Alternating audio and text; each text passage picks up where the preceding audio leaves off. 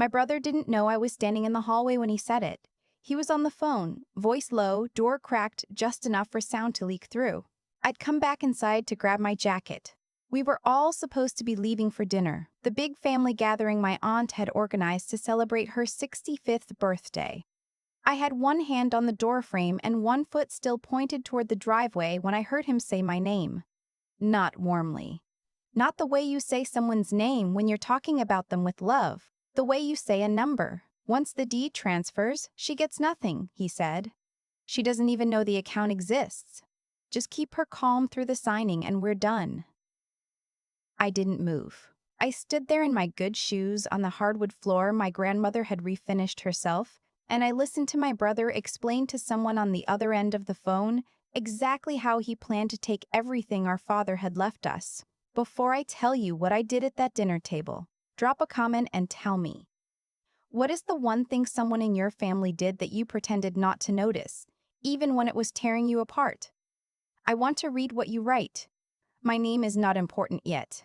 What's important is that I was 31 years old. I had spent the last 4 years managing my father's estate, covering legal fees, keeping the house from going into probate limbo, and I had done it quietly because that is what I was trained to do. My brother's name is Scott. He's 4 years older than me, and he has always been, in our family's language, the one with potential. When Scott dropped out of his MBA program in his second semester, our parents called it a pivot. When I finished my master's degree in accounting, my mother said, "Good. Now you can help Scott with his taxes." I am not exaggerating. That is almost verbatim what she said. I was the daughter who stayed. Scott moved to Phoenix when he was 26 and came back only for holidays and crises that required my signature on something. But when our father had his first stroke 3 years ago, I was the one who took FMLA leave, moved back into the house, and learned what a healthcare proxy actually meant. I was the one who sat in the neurology office taking notes, while Scott texted from Arizona asking for updates he never followed up on. Dad passed 14 months ago. He was 68. He had a second stroke in his sleep, and that was it. He left behind a house worth roughly $380,000, a small investment account, a life insurance policy, and 2 children who had very different ideas about what came next. What he also left behind, it turned out, was a brother who had been quietly building a case for why he should get most of it. I found the first document 6 weeks after the funeral. Dad's estate attorney had sent over a packet of paperwork for my review. Standard stuff, asset inventory, beneficiary confirmations, and tucked inside was a letter I had never seen. It was dated 8 months before Dad died. It was addressed to the attorney, and it was signed by my father, except the signature didn't sit right. Dad had a tremor in his right hand by the end. His signature in his last year was shaky, slightly compressed. This one was smooth, clean, almost practiced. The letter requested a change to the property deed. It asked that ownership of the house be transferred solely to Scott upon my father's death, rather than split equally between us as the original will specified. I sat at the kitchen table for a long time looking at that letter. I could have called Scott immediately. I could have emailed the attorney. I could have called my aunt, who is the closest thing our family has to a neutral party, and told her what I'd found. But I grew up watching what happened when I raised concerns in this family. I got managed. I got talked in circles until I stopped believing my own read on things. Scott was good at that. He had a voice for it, patient and slightly condescending, the tone of someone explaining something obvious to someone slow.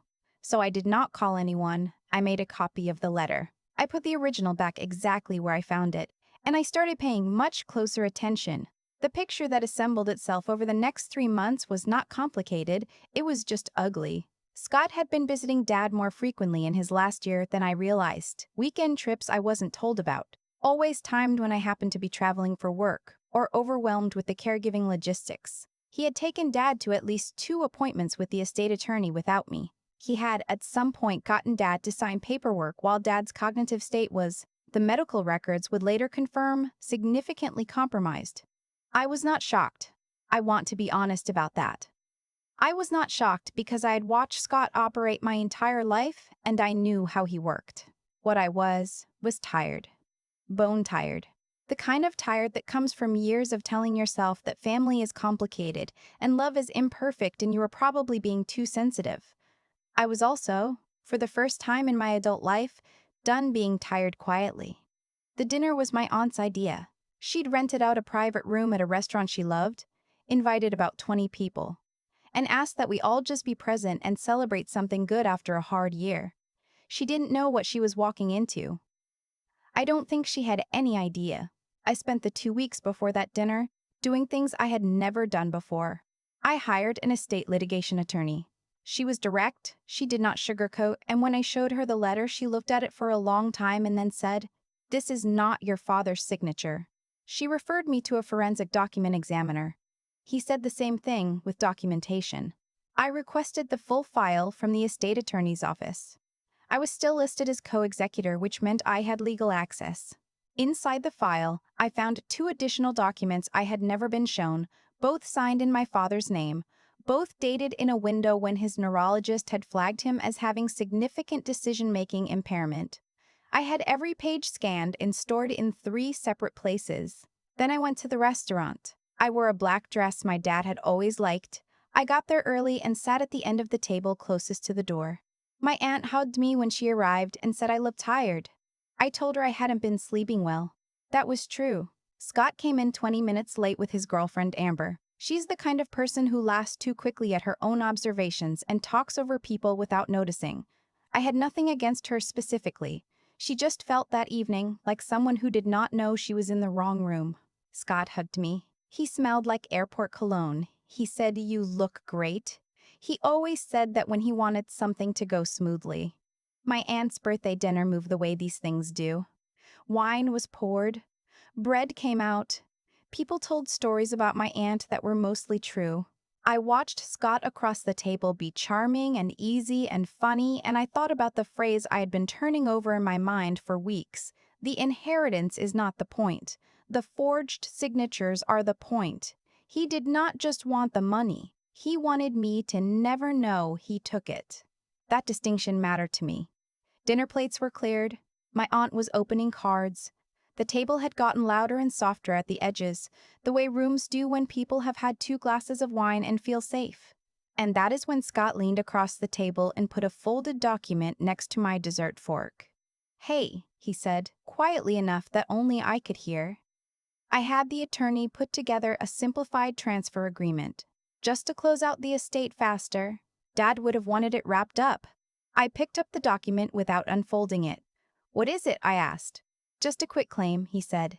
"You sign over your interest in the house. I handle all the remaining estate admin. You don't have to deal with any of it anymore." He smiled. "I know how burned out you are. This lets you just be done." I looked at him for a moment. He had chosen this table, this night, my aunt's birthday, surrounded by family, wine in everyone's glasses, my natural instinct to keep the peace operating at full strength. He had calculated that I would not make a scene, that I would feel the social pressure of the room and fold the document into my purse, and we would deal with it later, and later would become never. He had done the math on me and come up with the wrong number. "Actually," I said, "I've been wanting to talk to you about the estate." Something shifted behind his eyes, just slightly. "Sure, we can set up a call next week." "No, I think now is good." I kept my voice the same temperature as the conversation we'd been having. I did not raise it. I did not want to. "I've been going through the attorney's file, the full file." He reached for his wine glass. "I came across a property deed amendment," I said. "Dated last February, signed in Dad's name." I paused. "Except Dad's neurologist documented significant cognitive impairment starting the previous October. He wasn't legally capable of executing documents in February." The girlfriend had stopped talking about something else. She wasn't sure what she was listening to, but she could feel the temperature change. "I also found 2 other documents," I continued. "Similar dates, similar signatures. Those are legitimate," he started. "I had them examined," I said, "by a forensic document specialist. I have his written report. I also have Dad's medical records from that period, which I requested directly from the neurology practice." I set down my own glass. "I filed a complaint with the state bar last week regarding the estate attorney's role, and I have a meeting with a probate litigation attorney on Thursday." The table had not gone silent. The rest of the party was still talking, still laughing, still existing in the normal world. But between Scott and me, there was a very particular kind of quiet. He looked like a man who had been counting on a door and found a wall. "You don't understand what you're doing," he said, and his voice had changed. The patience was gone. Underneath it was something I recognized from childhood, the version of my brother who appeared when he didn't get what he wanted. "This will drag out for years. It'll cost you more than the house is worth. And you'll destroy this family over." "You forged our father's signature," I said. Quietly, clearly. That is what happened. My aunt, who had been 2 seats away and trying very hard to look like she wasn't listening, made a small sound. She turned toward us. Her face had gone careful. "Scott?" she said. Not a question, just his name. He looked at her, then back at me, recalibrating. "This is a misunderstanding. There are explanations for all of this. The attorney will." "The attorney is under a bar complaint," I said. "He's not going to be your reference right now." Amber put her hand on Scott's arm and he shook it off, which told me something about how frightened he actually was. Composed people don't flinch at being touched. He picked up the quitclaim document from the table and I watched him understand, in real time, that it had become evidence. "I'm not signing anything tonight," I said. "I'm not signing anything at all, in fact. The litigation attorney is handling any paperwork from this point forward." Scott stood up. He did what cornered people do. He tried to control the narrative of his own exit. He said something about needing some air, something about a long flight, something about how he hoped I would calm down and think clearly before I made decisions I'd regret. He said he loved me. He said Dad would not have wanted this. He said all of it while walking toward the door. My aunt watched him go. Then she looked at me across the breadsticks and the half-eaten birthday cake and the wine glasses with rings on the tablecloth. She had known me since I was born. She had watched me grow up in this family, watched me absorb and accommodate and stay. "How long have you known?" she asked. 3 months, I said. She exhaled slowly. "And you came tonight anyway." "He was going to hand me that document regardless of where we were," I said. "I wanted witnesses." She reached across the table and put her hand over mine. She didn't say anything else. She didn't need to. There is a specific kind of grief that comes not from losing someone but from finally understanding how they saw you. I grieved my father when he died, genuinely, deeply. I sat in his empty room and cried until I had nothing left. But the grief that settled into me over those 3 months of documents and records and forensic reports was different. It was the grief of understanding that my brother had looked at the years I spent managing my father's care and seen not love, not sacrifice, but opportunity. He saw someone so committed to keeping things together that she would never look too closely at what was being built behind her. He thought my loyalty was a blindfold. He was wrong about that too. The litigation took 11 months. I want to be honest that it was not clean or fast or satisfying in the moment. There were depositions. There were weeks when I woke up at 3 in the morning and stared at the ceiling and wondered if I had broken something that could never be put back. Scott hired an attorney who was aggressive and creative about reframing things, and there were periods when I had to call my lawyer just to be reminded of what was actually documented versus what felt true. But the documents were what they were. The forensic analysis was what it was. My father's medical records were time-stamped and detailed, and the neurologist testified, and in the end the court vacated the deed amendment and both additional documents. The estate was distributed according to the original will. 50-50. The house sold 8 months ago. I took my half and put a down payment on a place of my own. First time I've ever owned anything with just my name on it. I stood in the empty rooms the day I got the keys and I thought about how quiet it was. How completely, entirely mine. Scott and I have not spoken since the deposition. I don't know if we ever will. I spent a lot of time in the past year trying to decide how I felt about that, and I have mostly landed here. I don't need an answer to that question right now. Some doors you leave open a crack without walking through them. Some doors you just close. My aunt calls me every few weeks. She came to see my new place last spring and stood in my kitchen and said it felt like me, which is one of the nicest things anyone has said to me in years. I still have the original quitclaim document Scott tried to hand me across the birthday table. I kept it. My attorney said I could let it go when the case closed, but I asked to have it returned to me. It sits in a folder in my desk drawer, and I don't look at it often, but when I do, I think about what he believed when he slid it next to my dessert fork. He believed I would take the path of least resistance because I always had. He believed that the version of me who had spent 4 years managing everyone else's burdens would recognize that signature and swallow it. He had watched me my whole life and still didn't know who I was. So here is what I'll ask you, and I mean this genuinely. If you had been at that table, if someone handed you that document in that setting, surrounded by family, on a night that was supposed to be about something else entirely, would you have signed it to keep the peace? Or would you have said the thing out loud? Leave your answer below. I read every single one, and if this story hit something real for you, share it, because I promise you someone in your life needs to hear that the receipts are worth keeping. The quitclaim document is still in my desk drawer. I don't know exactly why I kept it. My attorney said I could toss it once the case closed, and I almost did. I had it in my hand over the recycling bin once and then just didn't let go. I think I kept it because it reminds me of something I need to stay honest about. I almost signed it. Not that night, but in a different version of myself. The version I was for most of my 20s. I would have. I would have taken it home, told myself I needed time to think, and slowly talked myself into believing that keeping the peace was worth more than the truth. That version of me was not weak. I want to say that clearly. She was exhausted. She had spent years being the person who observed problems so other people didn't have to feel them. She had learned very early that the reward for being capable is that people give you more to carry. And somewhere in all that carrying, she started to believe that her value was in her usefulness, not in herself.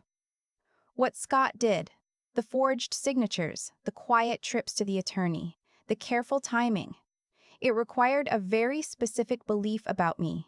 It required him to believe that I would not look, that I was too loyal, or too tired, or too conflict-averse to actually examine what was in front of me. He did not plan around my stupidity. He planned around my goodness. And that is a different kind of violation. It means he understood exactly who I was and decided that was something he could use. I think about that a lot. About how the same quality that made me stay and care for my father, the willingness to show up even when it was hard, even when nobody noticed, even when it cost me, was the exact quality my brother was counting on to protect him. There is something clarifying about that. It forced me to understand that integrity without discernment is just vulnerability with a better name.